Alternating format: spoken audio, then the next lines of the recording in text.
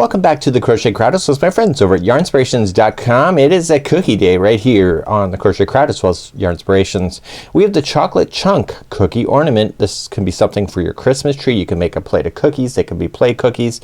Full disclaimer, do not eat these. They are full of fiber, but not the kind of fiber that should go into your throat. So today we're going to be working on these little cookies. They're really quite easy to make. There is 11 of the chocolate chips that we have, and then they're quite easy circles in order to do, and then you can add ribbon or you can make a plate of these, something ornamental, etc.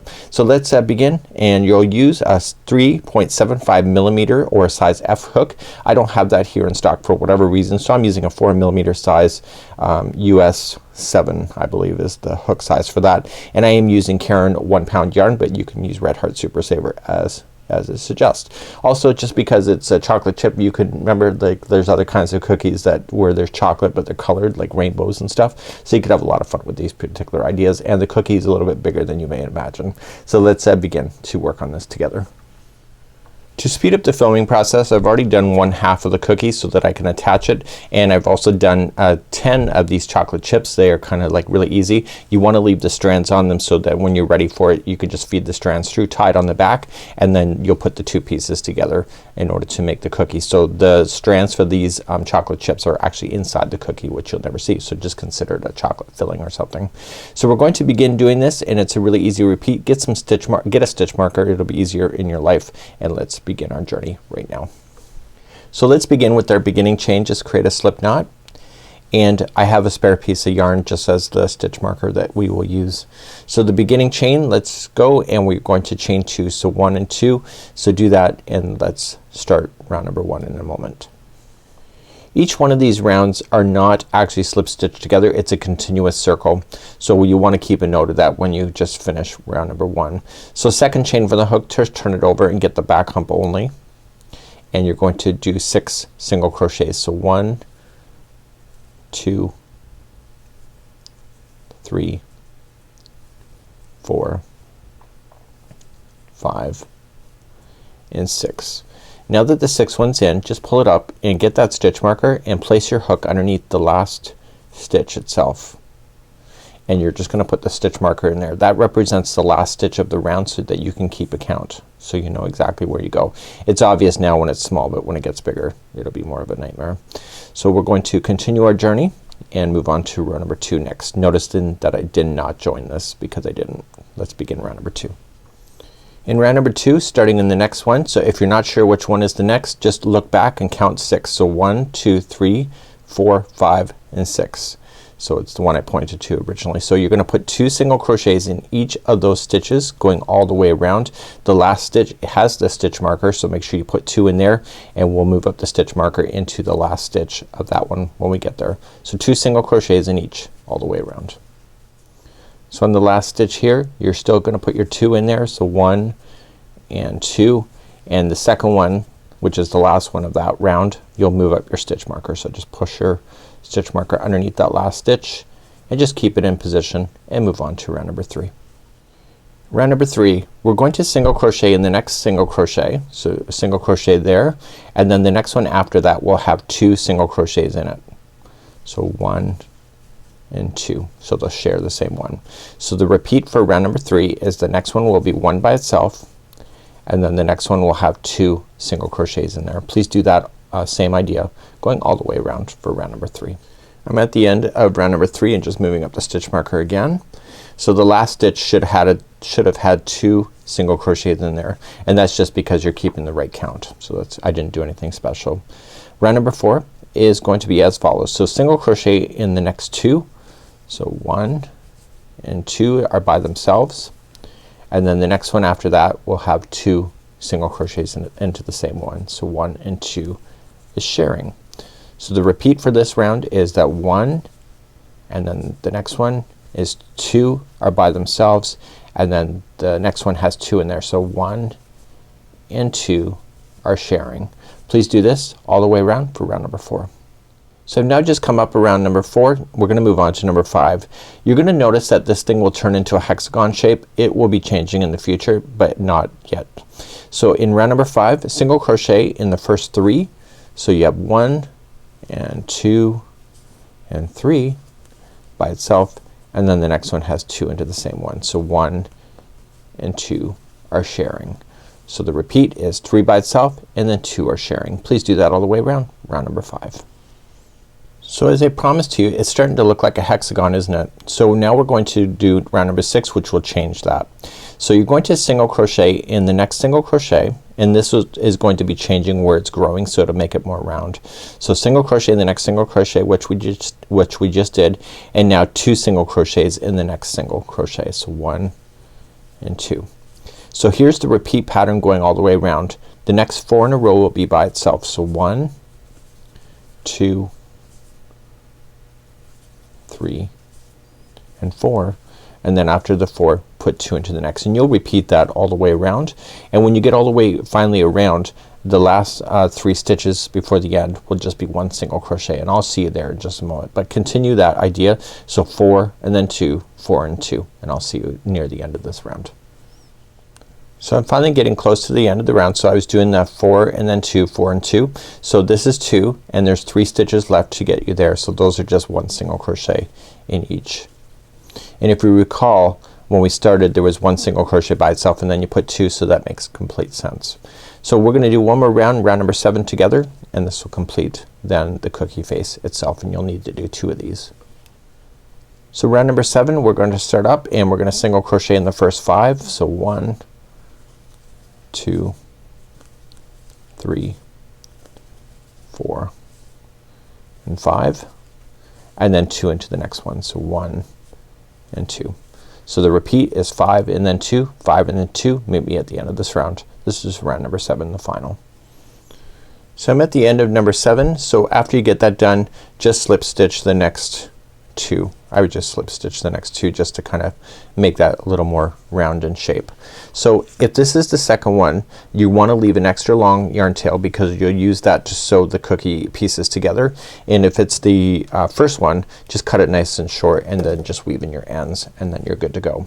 So we're going to move on. So what I would do if I were you is do both of your cookie faces first and then attach your chocolate chips before attaching the 2 pieces together.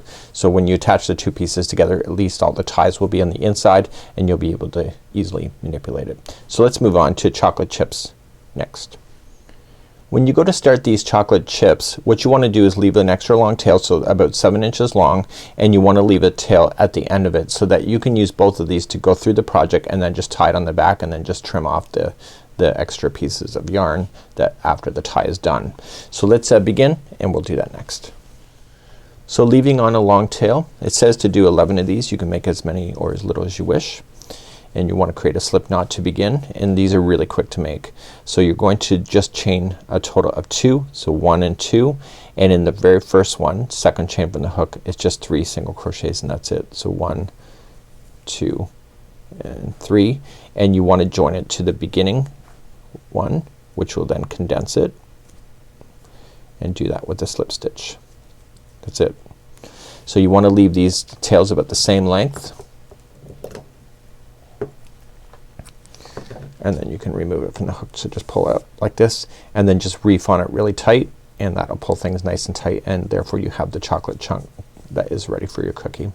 That's it. So make 11 of those, and let's put these to the front face of the cookie next. So you can use the picture as a guide, and you know, chocolate chunks usually on homemade doesn't usually have any kind of strategy to it, but you can if you want to. If you want to make happy faces or whatever, you can decide what is going to work for you. Now all you just need to do is just take this and just turn it over. So let me just do that. So just go through the back to the front and grab one of the strands and pull through to the back side, and then through a different hole but close to it is for the other strand itself, and pull that through. So you at least are going through 2 sections. You pull it down to the project itself, and then on the back here all you're just going to do is just tie it into a knot. This will be in the inside of the cookie, so you don't have to worry about these tails. So pull it tight. If a child is going to be playing with this, you may want to tie it even more. Okay, so once you have that, or even adults picking at it, if you know what I mean. So you're going to do that and then just trim it This will be on the inside of the cookie, so you don't have to be too exact, and therefore you can have chocolate chip chunks. So let me add all my chunks in. I have them all done already, and I'm gonna begin that process right now. Okay, I now have my cookie done, and you can see it's sewn on the back. So with this one here, with the long tail that you had, you can do what is called as a whip stitch. So you can slam this through a tapestry needle if you wish. I'm going to show you two ways. I'm not, like, crocheters don't always like to sew.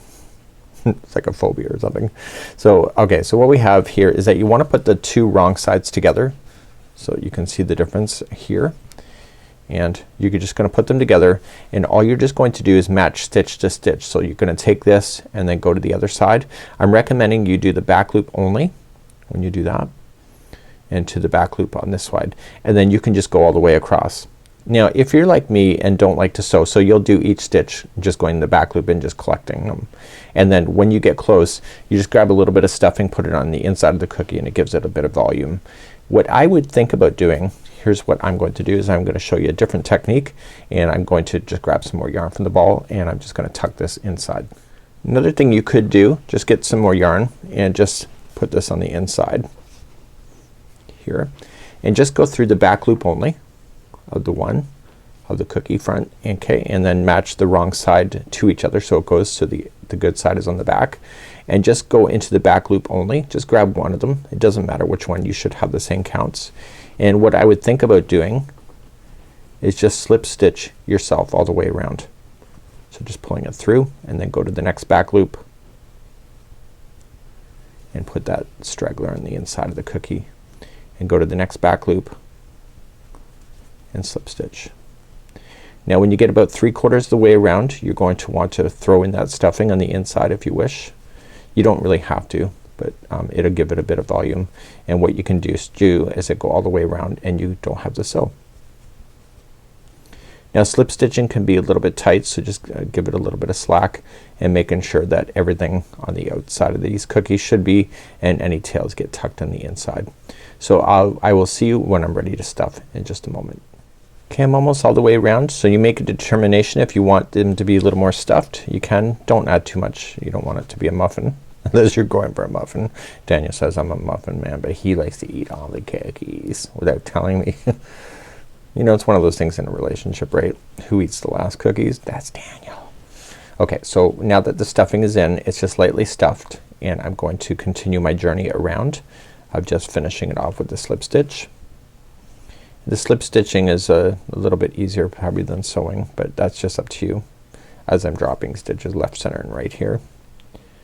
And if you have a stitch left over, big deal. You can always fake something, right? That's what we do best here, is faking it or making it.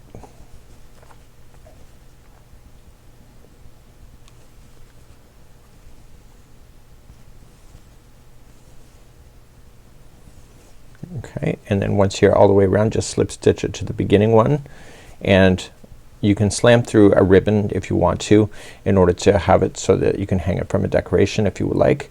I almost think this is too stuffed, but I will squish it a bit, and I want to just take in, and I'll show you how to weave in the ends.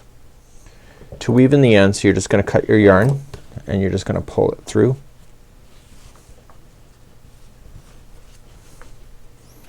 And you were going to put that onto a tapestry needle. If you're giving this to a child for play cookies, you'll definitely want to make sure you take your time with this, and just turn it to the back side of the cookie. That's usually where all the slip stitching stuff happens.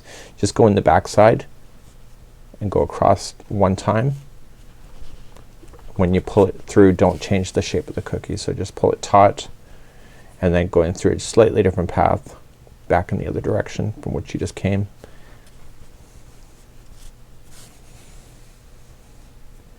And then finally a third time is a charm. So go back and forth 3 times. I don't have any ribbon here today, but if you had ribbon, you just can feed the ribbon through, tie it into a bow tie at the top, and then you can hang that from the tree if you would like to do Christmas decorations.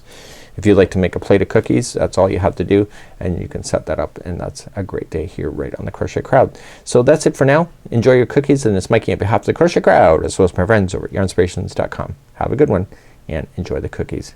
Yum, yum, yum, yum, yum, yum, yum, yum. See ya.